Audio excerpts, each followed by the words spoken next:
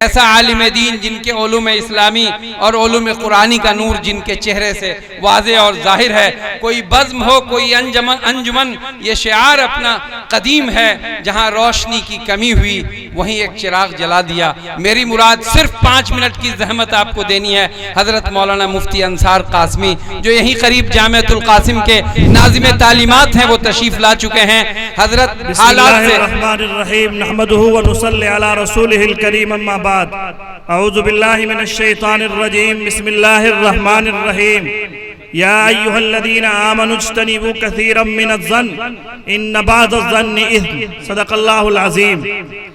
آج کے جلسے کی صدارت فرما رہے ہم سب کے مشفق و مربی استاذ الاساتذہ، اور دراصل کہیے کہ اس علاقے کے لیے روحانی پاور اور ہم جیسے نوجوانوں اور شاگردوں کو گاہے بگاہے مختلف محلوں میں، گاؤں میں، علاقوں میں ابھارتے رہتے ہیں، اور ان کی توجہ سے بہت ساری چیزیں سیکھنے کو ملتی ہے اور کہنے کو ملتی ہے. اللہ تبارک و تعالیٰ ان کے سائے کو تادیر قائم رکھے.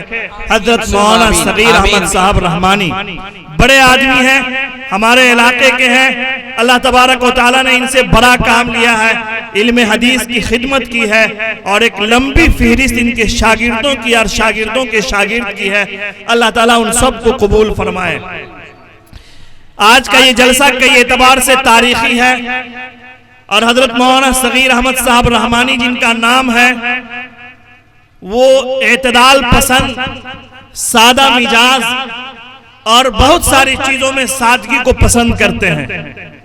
ایک جلسہ تو کوسی کے اس پار ہوتا ہے اور ایک جلسہ کوسی کے اس پار ہوتا ہے. اگر کوسی کے اس پار کے لوگ جب گانے اور بجانے کے لیے اس علاقے میں آتے ہیں تو حضرت مولانا صغیر احمد صاحب کہتے ہیں کہ ٹیم انڈیا کے افراد کھڑے ہوئیے. ٹیم انڈیا کے سب سے بڑے فرد مولانا عبد المتین صاحب رحمانی، مولانا ضیاء اللہ ضیاء رحمانی، اور ایک بندہ اس میں ہوتا ہے کہ ان کو بتاؤ کہ نعت پڑھنے کا مقصد کیا ہے. میں نے کئی جلسوں میں دیکھا کہ جب وہ لوگ جو گانے اور بجانے کو پسند کرتے ہیں اور نعت نبی کے نام پر لوگوں کو اکساتے ہیں، دراصل وہ نبی پاک صلی اللہ علیہ وسلم کی شان میں نعت پڑھنا چاہتے ہیں تو لیکن پڑھ نہیں پاتے. ایسے لوگوں کو حضرت مولانا اصلاح کرتے ہیں. برخلاف میں نے دیکھا کہ ایک نعتیہ مشاعرہ حضرت الاستاذ کی صدارت میں ہو. میرا دل یہ تو گوارا نہیں کیا کہ ایسا ہو ہی نہیں سکتا کہ حضرت مولانا ایسے مشاعرے کی صدارت کر رہے ہوں. لیکن پھر دل کو اطمینان ہوا کہ یہ مشاعرہ بھی دراصل ایک پکار ہے، ایک دعوت ہے.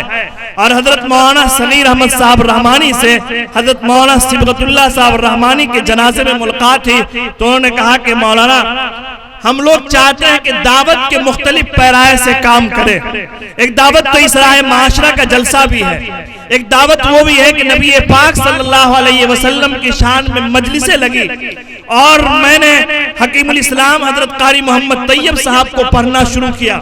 عجیب اتفاق کی اسی درمیان ان کی مجالس کو پڑھ رہا تھا.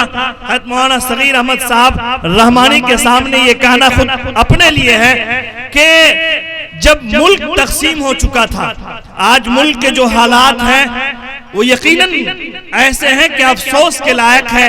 ہم جتنا مذمت کریں ان لوگوں پر جو اس ملک میں دہشت کی فضا قائم کر رہے ہیں، نفرت کا بازار گرم کر رہے ہیں، ہم ایسے لوگوں کی مذمت کر رہے ہیں، اور ہم دعا کرتے ہیں کہ یہ ملک سلامت رہے، امن کے ساتھ رہے. جب ملک تقسیم ہو چکا، پنجاب کے لوگ سرحد کے اس پار چلے گئے، وہاں کے ہندوؤں نے ایک مشاعرہ کیا. یہ حضرت قاری طیب صاحب حکیم الاسلام جو دارالعلوم دیوبند کے محتمیم تھے انہوں نے لکھا ہے. مشاعرہ آپ سمجھے کہ بھائی مولانا کی صدارت میں مشاعرہ، یقیناً یہ مشاعرہ بھی ایک پکار ہے، ایک دعوت ہے. مولانا یہ جب مشاعرہ ہمارے یہاں کے برادران وطن نے اور ہندوؤں نے جب کیا تو اس مشاعرے کی صدارت حضرت مولانا حبیب الرحمان صاحب جو پاکستان اور ملک کے اس طرف چلے گئے تھے ان کی صدارت میں رکھا. بہت سارے لوگ نوٹ کر رہے ہوں گے. اللہ اس ملک کے رہنماؤں کو اور پاکستان کے ان لوگوں کو جو یہاں کی فضا کو خراب کرنا چاہتے ہیں، ہم ایسے لوگوں کی ہدایت کی دعا کرتے ہیں اور ان لوگوں سے یہ کہنا چاہتے ہیں آپ اس ملک کی طرف نظر اٹھا کر کے نہ دیکھیے۔ یہاں کا ہر ایک آدمی اس ملک کا وفادار ہے اور اس بات کے لیے تیار ہے کہ جو کچھ بھی ہو سکے اپنے ملک کی حفاظت کے لیے سربستہ کھڑا ہے۔ جب مولانا حبیب الرحمان صاحب مشاعرے کی صدارت کرنے کے لیے آئے تو یہاں کے برادران وطن رونے لگے۔ حضرت حکیم الاسلام نے لکھا ہے کہ پاؤں پکڑ کر کے ہندو لوگ رونے لگے کہ مولانا آپ اس ملک سے چلے گئے، ہمارا دین و دھرم لے کر کے چلے گئے۔ مولانا نے کہا کہ بھائی گئے تو ہم اپنی نماز کے ساتھ گئے، ہم اپنے روزے کے ساتھ گئے، ہم کیسے تمہارا دین و دھرم لے کر کے چلے گئے؟ انہوں نے کہا سنیے، جب آپ کی مسجد سے 5 وقت یہ صدا دی جاتی تھی کہ اللہ اکبر اللہ اکبر اللہ اکبر اللہ اکبر اور حی علی الصلاۃ حی علی الصلاۃ، تو ہمارے دلوں میں یہ معجزن ہوتا تھا اور میں مضبوط ہو جاتا تھا، میں تر و تازہ ہوتا تھا کہ ایک وہ آدمی بھی ہے جو اپنے رب کا نام لے رہا ہے اور ایک میں بھی ہوں جو اپنے بستر پر سویا ہوں۔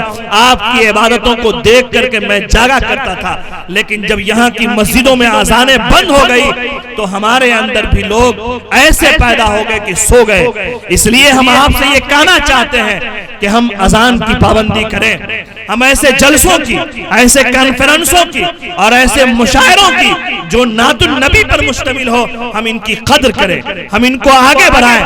یہ نعت کے مشاعرہ کرانے والے لوگ اور اس کے کنوینر یقیناً اس سالے نوجوان جس کی نوجوانی کے اوپر کہ اللہ اس نوجوانی کو سدا سلامت رکھے، محترم دانش عبداللہ، یقیناً نوجوانوں کو اللہ کی عبادت قبول بھی ہے، اور سورۃ الکہف میں تو نوجوانوں کے بارے میں ہی بیان کیا گیا۔ یہ نعت نبی کا مشاعرہ ان شاعروں کو بھی چاہیے کہ ہم کیسے اشعار کہیں گے۔ ایک شاعر جو شعر کہتا ہے، ایک وہ لوگ جو شعر سنتے ہیں۔ میں اپنی بات نہ بتاؤں، حضرت مولانا شاہ حکیم محمد اختر صاحب نے لکھا ہے کہ قصیدہ بردہ جو مشہور ہے ہماری یہاں، علامہ بویسری جن کو برس کی بیماری تھی، جو سفید رنگ کا چہرے پر، ہاتھ پر، پاؤں پر سفید ہو جاتا ہے جس کو برس کہتے ہیں ہم لوگ، انہوں نے شعر کہا، اشعار کہے جناب رسول اللہ صلی اللہ علیہ وسلم کی شان میں، اور ایسے اشعار ہیں جو عربی کے ہیں۔ نبی پاک صلی اللہ علیہ وسلم کو بہت پسند آیا، اتنا پسند آیا کہ سرور کونین جناب رسول اللہ صلی اللہ علیہ وسلم خواب میں آئے اور کہا اے بویسری جو تم نے اشعار کہے وہ مجھ کو سناؤ۔ علامہ بویسری نے قصیدہ بردہ کے تمام اشعار سرور کونین جناب رسول اللہ صلی اللہ علیہ وسلم کو سنائے۔ رسول اللہ صلی اللہ علیہ وسلم نے پوچھا تم کیا چاہتے ہو؟ اتنا پسند آیا، ہمارے شاعر بھی شعر کہتے ہیں اور اسی نیت سے کہتے ہیں شعرا کہ ہمارا یہ شعر سرور کونین جناب رسول اللہ صلی اللہ علیہ وسلم کو پسند آئے۔ ان کے بھی جذبے کی ہم قدر کرتے ہیں، ان کی صلاحیت کی بھی ہم مانتے ہیں کہ یہ شعرا کوشش کرتے ہیں۔ علامہ بویسری نے جب شعر نبی پاک صلی اللہ علیہ وسلم کو سنایا اور رسول اللہ صلی اللہ علیہ وسلم نے پوچھا کہ تم کیا چاہتے ہو، کہا یہ برس کی بیماری جو ہے، یہ سفید داغ دھبا جو ہے میرے چہرے پر، میرے ہاتھ اور پاؤں پر، یہ دور ہو جائے۔ رسول اللہ صلی اللہ علیہ وسلم نے اپنا ہاتھ ان پر پھیر دیا اور ایک یمنی چادر جو نشان مخطط تھی ان کو ہدیتاً تحفتاً دیا۔ ادھر صبح نیند سے بیدار ہوتے ہیں، صبح نیند سے کیا بیدار ہوں گے؟ ایک شیخ الحدیث تو جامعہ مدارس العلوم سہارنپور سے آئے ہیں جنہوں نے آپ کے دلوں کو بدلنے کی کوشش کی ہے، اور ایک شیخ الحدیث بلکہ اساتذہ یہاں بیٹھے ہوئے جن کو ابھی سننا ہے ہمیں اور ہم جیسے لوگوں کو سننا ہے۔ ایک شیخ الحدیث دروازے پر دستک دے کر کے علامہ بویسری کے دروازے کو کھٹ کھٹ اٹھو، تم نے جو رات میں اشعار سرور کونین جناب رسول اللہ صلی اللہ علیہ وسلم کو سنائے ہو وہ مجھ کو سناؤ۔ اللہ ہم جو رات میں شریک تھے، ہمارے شورا جو کلام پیش کیا، ہم دعا کرتے ہیں کہ یہ مجلس اور یہ اشعار رسول اللہ صلی اللہ علیہ وسلم کی شان میں جو کہے گئے اللہ اسے قبول کر لے اور اس کے صدقے میں ہم سب کی مغفرت فرما دے۔ تو اس محدث نے جب کہا کہ علامہ بویسری وہ اشعار سناؤ، علامہ بویسری نے کہا کہ تم کہاں تھے؟ میں نے تو نبی پاک صلی اللہ علیہ وسلم کو خواب میں سنایا تھا. کہا جس مجلس میں تم نبی پاک صلی اللہ علیہ وسلم کو وہ اشعار سنا رہے تھے اسی مجلس میں میں بھی موجود تھا. اے لوگو، یہ محدث، یہ علماء، یہ شورا، آپ سمجھتے ہیں کہ بھئی یوں ہی ان کی قدر کیجئے، یہ نبی پاک صلی اللہ علیہ وسلم کے وارث ہیں، یہ ان کے دین کے متوالے ہیں، یہ ان کے دین کے پھیلنے والے ہیں. یقیناً آپ کا بھی مقام و مرتبہ بڑا اونچا ہے. اللہ سے دعا فرمائیے اللہ تبارک و تعالی اس مجلس کو قبول فرما لے. ایک بات اور آخری بات کہ بھائی اتحاد المسلمین جلسہ ہے. ہمارے مسلمان بدگمان بہت ہوتے ہیں. دانش عبداللہ نیتا معین کا بیٹا، فلاں جگہ کا رہنے والا، یہ مولانا ضیاء اللہ، یہ مولانا صغیر صاحب، یہ مفتو محفوظ الرحمان عثمانی. اے لوگو، آپ ان کی حقیقت کو نہیں پہچانے ہیں، آپ ان کی حقیقت کو نہیں پہچانے ہیں. نبی پاک صلی اللہ علیہ وسلم نے کہا بدگمانی سے بچو، یہ ہلاکت کرنے والی چیز ہے. آپ کیسے بدگمان ہوتے ہیں؟ میں اپنی بات اگر سناتا تو بات بڑی لمبی ہو جاتی، لیکن بایزید بسطامی نے لکھا ہے کہ دو نوجوان، ایک لڑکا اور ایک لڑکی، ندی کے کنارے بیٹھے ہوئے ہیں، ہاتھ میں بوتل ہے. اور اگر آج کی حکومت میں اگر بوتل ہو تو لوگ فوراً چھتا پور پولیس کے ہاں جائیں گے. ہماری یہاں کل مدرسے کے سامنے ایک ٹرک ڈرائیور جا رہا ہے، وہ پیے ہوا تھا. دوسرا آدمی دیکھا، اچھا ادھر سے ادھر کر رہا، مارا خوب اس کو اور کہا تم کو پکڑ کے تھانہ میں لے جاتے ہیں. یہ لوگوں، یہ فضا ہے.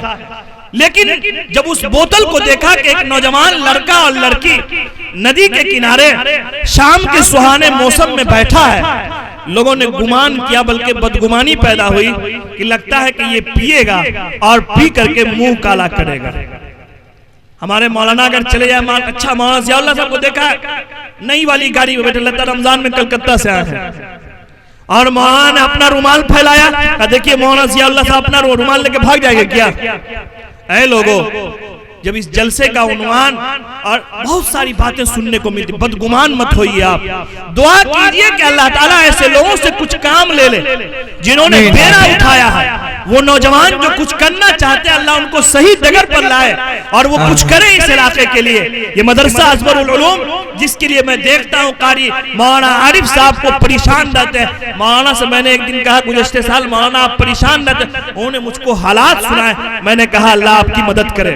اے لوگوں، وہ نوجوان جو لڑکا اور لڑکی ندی کے کنارے بیٹھے ہیں، گزرنے والا دیکھ رہا ہے کہ لگتا ہے شراب پیے گا، بدمست ہو جائے گا اور منہ کالا کرے گا. ہر ایک دوسرے کو یہ خیال کرتے ہوئے گزر رہا ہے. لیکن ایک آدمی نے دیکھا پوہ میں لگا ہوا ہے، بالکل پیچھے سے دیکھ رہا ہے کرتا ہے یہ کیا. دیکھا کہ ادھر مغرب کا وقت ہوتا ہے، سورج غروب ہو رہا ہے، مؤذن آواز دے رہا ہے اللہ اکبر اللہ اکبر اللہ اکبر اللہ اکبر.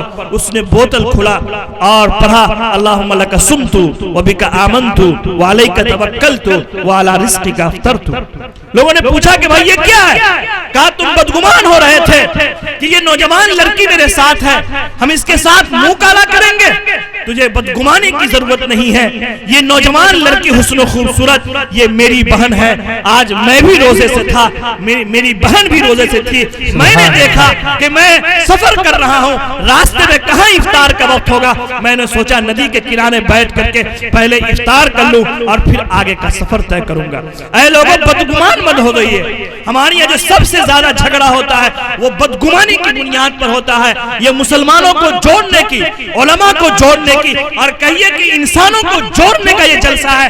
اللہ ہمیں اور آپ کو اس بات کی توفیق عطا فرمائے. جو نفرت کی دیواریں کھڑی ہے اللہ اسے ختم فرما دے. مذہب اسلام وہ مذہب ہے جس نے تمام تر چیزیں مذہب کی بنیاد پر کرنے کو لیے نہیں کہا ہے بلکہ قربت کی بنیاد پر کہا ہے. آپ اٹھائیے سیرت کی کتابوں کو پڑھیے. حضرت اسماء بنت ابو بکر جو نبی پاک صلی اللہ علیہ وسلم کی بیوی کی بہن ہے، ان کی والدہ آتی ہے جو مذہب اسلام میں داخل نہیں ہے. انہوں نے پوچھا یا رسول اللہ، میں اپنی والدہ کے لیے حسن سلوک کر سکتی ہوں؟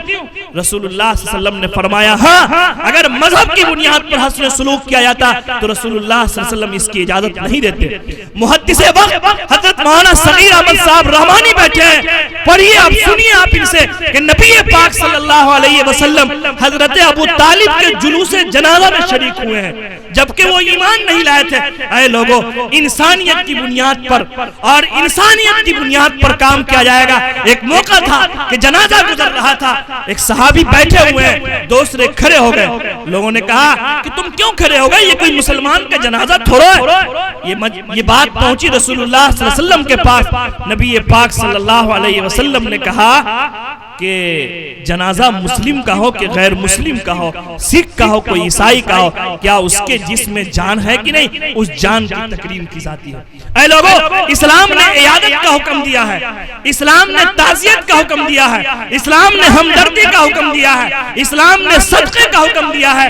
آپ ان تمام تر چیزوں میں دیکھ لیجئے گا، کہیں پر بھی مذہب کی بنیاد پر کرنے کی اجازت نہیں ہے۔ ہم اس بات کے ساتھ آپ سے رخصت ہونا چاہتے ہیں کہ اس ملک کی فضا میں اگر ہم امن پیدا کرنا چاہتے ہیں تو ہم ہی امن کے متوالے ہیں، اور ہم ہی کو یہ کرنا پڑے گا کہ اس ملک میں خیر سگالی، اس ملک میں محبت، اس ملک میں امن، اس ملک میں بھائی چارگی، اور اس ملک میں ہم اچھی فضا قائم کر سکتے ہیں۔ اللہ تبارک و تعالی ہم سب کو یہ کرنے کی توفیق عطا فرمائے۔ اور اس وقت جو ہمارا ملک پڑوسی ملک سے ٹکر لے رہا ہے، ہم دعا کرتے ہیں اللہ اس ملک کی سلامت رکھے، اللہ اس ملک پر سرحد والے نوجوانوں کو سلامت رکھے، اور اس ملک کا ترنگا لہراتا رہے۔ وآخر دعوانا ان الحمدللہ رب العالمین۔ ماشاءاللہ۔